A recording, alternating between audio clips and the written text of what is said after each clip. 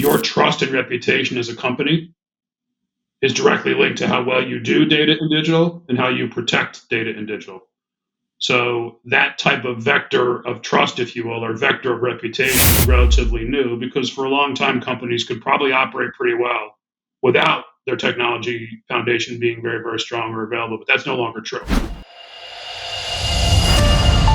SC Media and our sponsor RegScale are proud to present this month's CISO Stories program. Each month, the CISO Stories program explores a cybersecurity topic selected by Cyber Risk Alliance's CISO community and provides content that examines that topic from a variety of perspectives. Hosted by Todd Fitzgerald, best-selling author of CISO Compass, the CISO Stories weekly podcast features content powered by the 1,100-plus members of the Cyber Risk Alliance's CISO community. Listen to previous CISO Stories podcast episodes at CISOstoriespodcast.com. The Cybersecurity Collaborative is a unique membership community enabling cybersecurity leaders to work together in a trusted environment. To learn more, visit CISOstoriespodcast.com/CSC.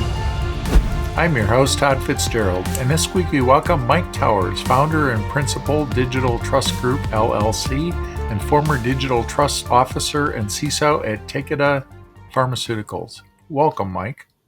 Thanks, Todd. Good to be here. Good to have you here. So before we get into our topic today, what attracted you to the field of cybersecurity? Well, interestingly enough, I was asked to be the first information security leader of the company where I was working at the time, GlaxoSmithKline in Philadelphia, another pharmaceutical company. And I admit it's not something that I thought about doing, but when it was discussed with me, the position was being created. I thought it was an interesting opportunity, mainly because even in my jobs prior to that, I was involved with things like third-party connectivity, and I was doing a lot of, risk-reward type of negotiation, which third parties needed to have, what level of access to the company, et cetera. And there was a lot of negotiation with business leaders, negotiated with technology teams. And so that whole risk negotiation type of discussion was something that I had a knack for, frankly, and it was a part of the job that I really, really liked. And then when I did get the security position, I would say that, because I worked in technology for a long time, mostly in life sciences and pharma, but what really attracted me and what I ended up experiencing being really true is that I felt really close to the business. And I know that sounds silly, but in a lot of IT roles, sometimes that's not as easy. If you're, back then, if you're running a network or if you're running servers or if you're writing code, you can do that for just about any company, within limits, of course, but those types of technology roles are pretty transplantable. But when I got into the security role, I was working with the business and working with leaders and working with stakeholders and negotiating and discussing risks and security risks that the business was taking. I mean, businesses take risks all day, every day, whether they know it or not from a technology perspective, but they do. And in that regard, I felt very, very close to the business. I felt very, very close to the mission, and I felt very, very close to what the business was trying to do, which was not something I felt in other roles across other parts of technology. So to me, that was the first and real draw that I assumed and that I started to feel, and then I actually felt when I took the job. Mm-hmm. That's a great place to start because we all, talk about CISOs are really risk managers, and it sounds like you were doing that work back then. And I used to live in Philadelphia area myself. I was working for pharmaceutical life sciences company Zeneca, which was part of AstraZeneca. Right. Back in those days, and also IMS Health in the area, which I think is now named something else. I think it's part of the IQVIA family. Yeah. Yes. So, but interesting background. So obviously plays really well into our conversation today. So let's talk about today's topic is from evolving from security to trust. And given this strategic influence that CISOs have, how do we transition from this insular security into an environment where we're supporting the business with the growth in their initiatives. RegScale is a continuous controls monitoring platform purpose-built to deliver fast and efficient GRC outcomes by bridging security, risk, and compliance. Organizations using RegScale improve the ROI of existing tools, achieve rapid certifications like FedRAMP, SOX, and SOC 2, anticipate threats, automate evidence collection, integrate compliance into DevSecOps, and map controls faster using AI and OSCL native functionality. RegScale's customers report a 90% faster path to certifications and a 60% reduction in audit preparation efforts. To find out more about RegScale, visit CISOstoriespodcast.com/RegScale. Yeah, it's a great question. And I think, first of all, I'll say a lot of this depends on the business and depends on the company. I know it's an easy answer to always say it depends, but I do think that the answer to the question and perhaps some of the progression steps are different depending on what industry you're in. But I would say from a CISO perspective, I almost view it both what I've gone through and what I see other security teams and other security leaders go through, who I've watched grow the great programs and respect what they've done. I see a pretty interesting but consistent progression. So most CISOs and most organizations start being very, very technology focused. But at the end of the day, doing cybersecurity and doing security for a company does have a strong technical component because you are protecting data and you are protecting systems, you are protecting networks. So there's a technology component to it. But obviously, that, to your point before, that can be quite insular. And it's very similar, frankly, to other parts of IT. And then eventually you move on to a more risk-focused approach where you realize and understand that there's too many security challenges for everybody to, or anybody to address any and all of them. So you have to be really, really careful about where you invest your time, energy, money, and resources. So you work closely with the business, and this is where the insular nature starts to grow. And the impact and the discussions start to expand. You're talking with business leaders and you're getting a sense of where the company's most significant risks are and therefore applying resources accordingly. Then I think the third phase after that is you get into resilience, where you recognize, and again, some of this has been opportunistic given the way that the world has evolved, but you start to realize that for most industries and most companies, their dependence on technology, data, and digital to run as a business and to deliver their business outcomes is very, very deeply dependent on how well you do technology and how well you do data, how well you do digital. I mean, it's everywhere. It's all around us, and business is no different. It underpins most businesses. So the resilience of that technology foundation is very closely linked to resiliency of the business. So you start to think about a resilience mindset, and you're mapping your outputs and your work directly to business resilience. And then I think the later phase and the last phase, I would say, or at least one of the more mature phases, is where you get down to what I would call trust, which is, I can't say that it's new overall. If you look at the tech sector, for example, there's quite a few trust officers, if you will, digital trust officers, because no industry, frankly, is more dependent on tech than tech. So they obviously understand this. But as other industries have caught on, whether it was banking, whether it's hospitality, whether it's travel, whether it's life sciences, you start to realize pretty soon that your trust and reputation as a company is directly linked to how well you do data and digital and how you protect data and digital. So that type of vector of trust, if you will, or vector of reputation is relatively new because for a long time, companies could probably operate pretty well without their technology foundation being very, very strong or available, but that's no longer true. So a lot of the trust that you build and maintain with stakeholders is directly linked to how well you do the technology and therefore the trust element. I would say that one of the things that's unique about life sciences and how healthcare has gone through this transition, which is probably, as I'm sure we've all experienced, is a little bit further behind other industries in terms of how well healthcare and life sciences have used data and technology. But for a while, there wasn't a lot of direct digital engagement between patients, physicians, and maybe their medicine providers, their hospitals, et cetera. That's changed quite a bit recently. And obviously, COVID accelerated that, having us all experience more virtual care options, et cetera. But that whole experience shift, if you will, to having much more data digital engagement in terms of managing your healthcare, maybe managing your medicines, et cetera, that's a brand new, relatively brand new playing field. And therefore, trust is really, really important in that regard because you're dealing with something as sensitive and something as deeply personal as healthcare. So I think a lot of that boils down to the trustworthiness of the technology and the trustworthiness of the company, which is directly linked to their security practices. And I think, again, more philosophically, the more data and digital impacts our lives, I personally believe that the progression of maturity is no longer just about playing defense and protecting. It's making those components of technology trusted because it's going to have so much more of a deeper impact on our lives. Yeah, I think that's excuse me.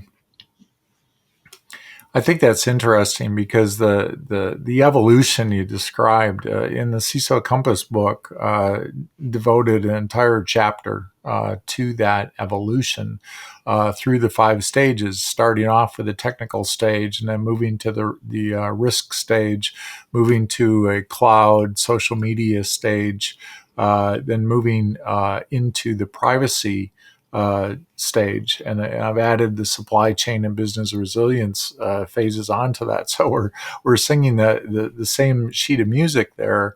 The book we just recently published, which is the follow-on to that, it was called The Privacy Leader Compass, which is all about trust and addressing the trust within organizations, that if we can't build these trustworthy systems as to, what are we doing with the data that we're capturing from you? How can we build that customer trust? And it actually there's an economic business value to organizations that are seen as being trustworthy with that. Look at organizations, whether not to start a Apple versus Android war, but Apple has taken that message and put the ability to have controls around your data and giving that back to the consumer, which builds that trust in place. And I think a lot of our organizations can learn from that.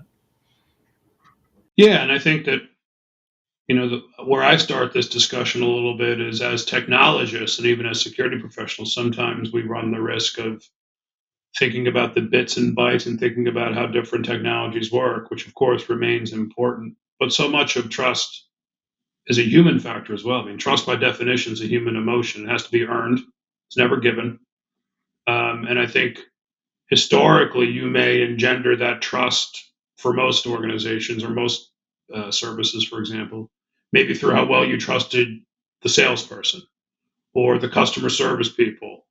But as engagements became more virtual, more technologically driven, in the healthcare space, maybe with a medical device of some sort, all of those things need to be trusted in order for them to do what it is that you're expecting them to do and what you need them to do in many respects. And so much of that trusted foundation, to your point, is based on, is my data well protected? Will my personal data be kept private? And let's also face it, part of trust too is resiliency, because again, as we depend more and more on these technologies, whether or not they're up and running is really, really important. And I think from a human perspective, it remains to be seen how this will change in the future, but there's been plenty of examples that show that good technology can be really, really powerful in impacting folks' trust. I mean, the analogy I always think of is, imagine 5, 10 years ago, the prospect of getting in a perfect stranger's car to go somewhere. Well, Uber comes up with a tremendous technology, and guess what? We trust it. We do it all the time. So a lot of that is based on the technical experience that you've done. You're trusting a lot of the behind the scenes work that they've done for you. But as human beings, we tend to be very trustworthy of really, really good technology and how it may impact our lives. But again, as more things become so tech driven, think about something everywhere from a pacemaker to to some of the stuff you read about Elon Musk company recently, neurological brain implants, all of these things that are technology based are highly dependent on their trust levels to be effective and to have confidence from their consumers, their patients, or whomever. Mm-hmm. Absolutely. How do we get CISOs that are predominantly been in this fear, uncertainty, and doubt, and trying to get their investments forward? How do we move that into focusing on security investments for business and health? Yeah, it's a great question. One of the inflection points that I think CISOs will frankly have to make if they want to make this progression in maturity, at least in my experience and in my opinion, is there's an inflection point that they have to really, really decide about is whether or not they want to really, really learn and understand the value of the business or value to the business of the technology that is being delivered and in the CISO's case being protected.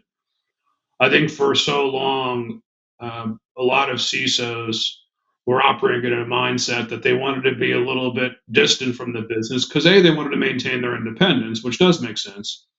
But also from a technological perspective, security technology is quite unique in many regards. But maybe a CISO wanted the chance to, well, if I'm in retail, maybe someday down the road I'll get a job in the financial services sector, or if I'm in utilities, maybe I'll get a job in oil and gas. Um, that type of portability from a security perspective may be great to get more money, bigger teams, more budget, but it doesn't get you linked up to the business very, very tightly. Because again, that's where you really, really start to become a business executive is when you learn the business and work with business leaders to make those risk-based decisions, make those trade-offs, and have those discussions. So I think first and foremost is that there has to be a conscious decision to get more deeply embedded in the business value chain, the business challenges, in order to progress this level of maturity. Because you have to understand what you're protecting, but also you have to understand what you're enabling. And I think again, going back to what we were talking about before, recognizing and understanding how so many businesses are deeply dependent on data, digital, and technology. Your investments that you're making from a security perspective, your investments that you're making from a privacy perspective, all of them could end up being and likely will end up being a competitive differentiator because in a lot of these engagements, you're doing things and you're trying to do things from a digital or data engagement perspective. But if you do them better than your competition, you're likely going to get more market share because of this is becoming so much of a data and digital everywhere type of approach. So that to me is a investment versus value perspective. I do think to your point, and I actually put this in a couple of the articles I've written recently on LinkedIn. One of the fundamental lessons that CISOs have to learn in order to make this progression is to not justify their investments based on fear, but justify their investments based on business value. If we really and truly want a seat at the table, which a lot of security leaders have been harping for and clamoring for a long time, this is a fundamental skill we need to develop as a community. We need to develop and hone as leaders. If you think about the other C-level positions in most companies, the head of marketing, the head of R&D, the head of supply chain, whomever, they have to justify their investments by value. Why should the security team be any different? And for a while, I think that level of fear-based justification was there and it worked. But at some point, leaders in these various companies are going to end up getting to a boy or cry wolf scenario. Enough's enough. But I also think back to the competitive differentiation I talked about, that there's a recognition that given the level of investment you need for security, many CISOs are used to competing with the rest of IT for budget. But you're going to be competing with other parts of the business for budget as well. And therefore, being able to recognize the value of what you're delivering and the protections and the enablement that you're providing is a really, really important skill I think they have to learn. Do you think that's avoided because it's easier to grab onto the technology and understand the technology, and it's a lot harder for a technologist? Most CISOs started out as technologists to try to understand the business, and so they kind of go back to the safe point, which is understanding the technology. Yeah, I think that's part of it. And I think progression to understanding and developing and growing your technology skills. I think for many folks, the start in technology or security is a more natural and comfortable progression than saying learning a business that you may not have a major in, you may not be educated in, and you may not have started in. So I think it's just a natural, and I think it's a comfort zone, frankly. Many CISOs start off in IT, to your point. Maybe they have a computer science degree, an information systems degree, computer engineering degree. So subconsciously, their vertical progression path in their mind is to learning and being better at technology. But in reality, the business that you're working in is at the end of the day the foundation of the risk decisions that you're making.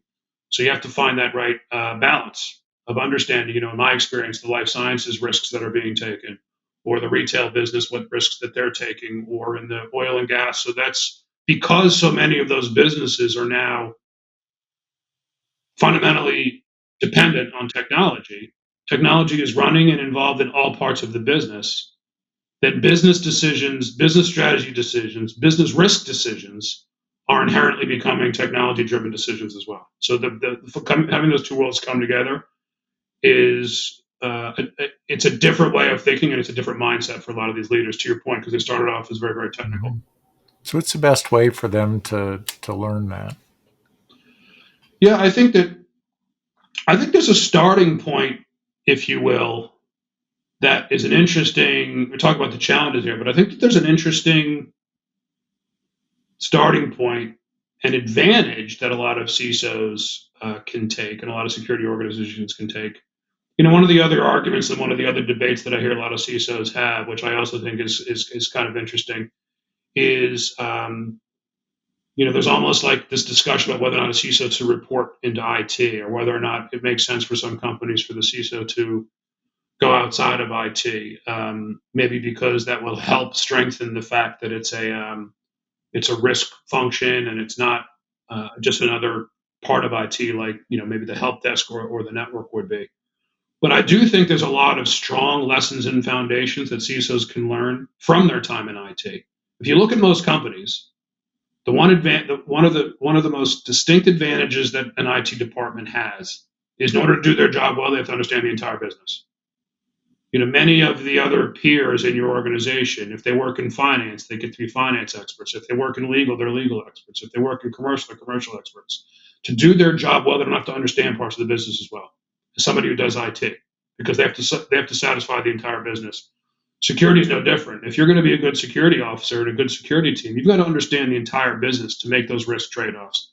To understand, for example, that maybe R&D security needs more investment than commercial security, or manufacturing security needs more investment than, say, other parts of security. So that foundation of broad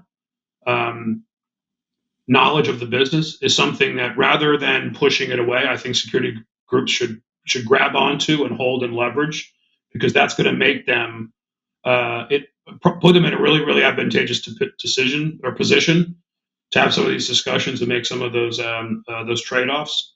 I also think that another way to do this is to recognize and facilitate that oftentimes some of these risk-based decisions are going to put business units and functions up against each other that they aren't used to being up against each other.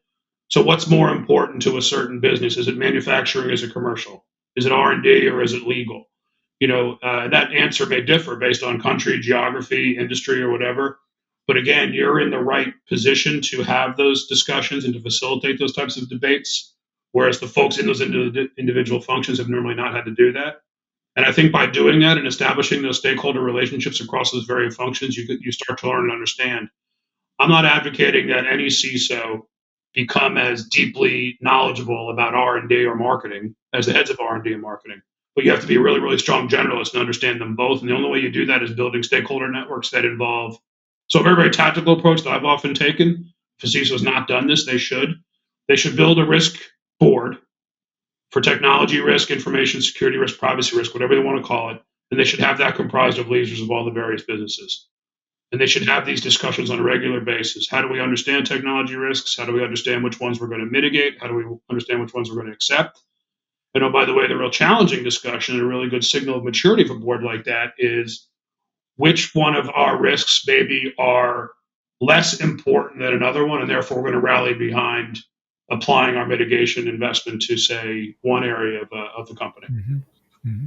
I think that's a really good way to look at it, because these risks are across the organization, and we are just one part of a whole bunch of risks, whether it's brand risk or merger risk or, our market share risk, that we're in that pot. Um, so as we go forward here, and everything is being digitized these days, uh, and this information, the amounts are getting greater. The technologies that we layer on top of that with artificial intelligence and so forth is getting greater. How does the CISO stay ahead of this and stay relevant within their organizations as we go through this digital transformation? Yeah, it's a great question. I think some of the, I think the first lesson I would give, or at least the first piece of advice I would give, is I'll use a car analogy. A lot of CISOs and a lot of their organizations are really, really good at accepting the automobile as it's made and adding really, really good brakes and airbags to it. I think where CISOs need to adjust and where they need to grow, is it's to stay relevant and to have this role. And in my opinion, the importance of the role is only going to grow. You've got to get involved right at the beginning of the assembly line. Make sure that the dashboard computing stuff has security in mind. Maybe all of the components of the automobile have security built in somewhere. Building in security and privacy from the beginning. The buzzword is, security and privacy by design. That's a really, really fundamental skill set shift that security folks need to make. And I think that they need to be partners in enabling the business securely, rather than waiting for the business to build something and being handed that and being asked to protect it. That's a significant shift that the security community needs to make. Partners in enabling that technology, because I think so many times, from a tactical perspective, people that are in industries or businesses where they're constantly releasing new updates to technology, new updates to cloud software, new updates to mobile apps, whatever it is that you're delivering from a technology perspective, and actually doing what I just described ends up improving throughput cycles, because if you build security into these things and they're released on a weekly basis, quarterly basis, or whatever, in aggregate, that's going to be a lot faster, which speed is such an important element right now, than releasing something, having security issues at the end, and then having to fix them, because that extends the timeline, extends the cost, and frankly erodes the trust with your stakeholders. So you can have direct bottom line impact if you work on that enablement mindset versus the hand it to me at the end and I'll protect it mindset. Mm-hmm. Mm-hmm. Absolutely agree with you. Well, this has been great, Mike. What final advice would you give to emerging CISOs, new CISOs, current experienced CISOs, as they're trying to improve the digital trust within their own systems? Yeah, the main piece of advice I would give is, I think in many respects, security professionals and security teams, there is a growing weariness of constantly playing defense. Because in essence, that's what we do. We defend and we protect, and we've historically been very, very good at it. I think the best broad and principled piece of advice I can give is we'll never be able to go purely on the offensive, because as we know from a geopolitical perspective, that's what our government organizations are expected to do, and maybe law enforcement, or whatever. So a company going completely on the offense is a dangerous and slippery slope. But what you can do is you can switch from being defensive to being proactive enablers of a trusted set of technology, data, and digital systems. So I think that, and recognizing the power of delivering the technology that's running your business, or delivering the technology that your business is actually giving to your customers, and doing that securely, is a tremendous business advantage. And it frankly will be necessary for your company, and regardless of what industry you're in, to survive. So I think that is the fundamental shift that I would suggest people just start to make mentally. And then going back to what I said before, I really, really do think that there's a lot of discussion and a lot of learning and a lot of collective development that I think CISOs can take. to understand the business value element of what they're investing in. There will be a time where that knee-jerk reaction for boards and for executives around the world that will give the security teams money because they don't want to be in the newspaper, they don't want breaches.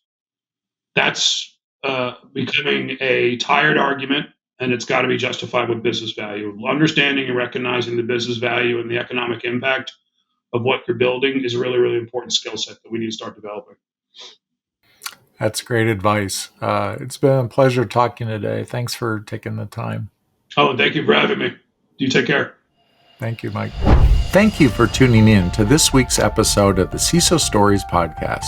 We want to say a special thank you to our sponsor, RegScale. Please subscribe to the CISO Stories podcast and you will receive a new story each Tuesday at 10 a.m. Eastern Time. We'll see you next week for a new episode.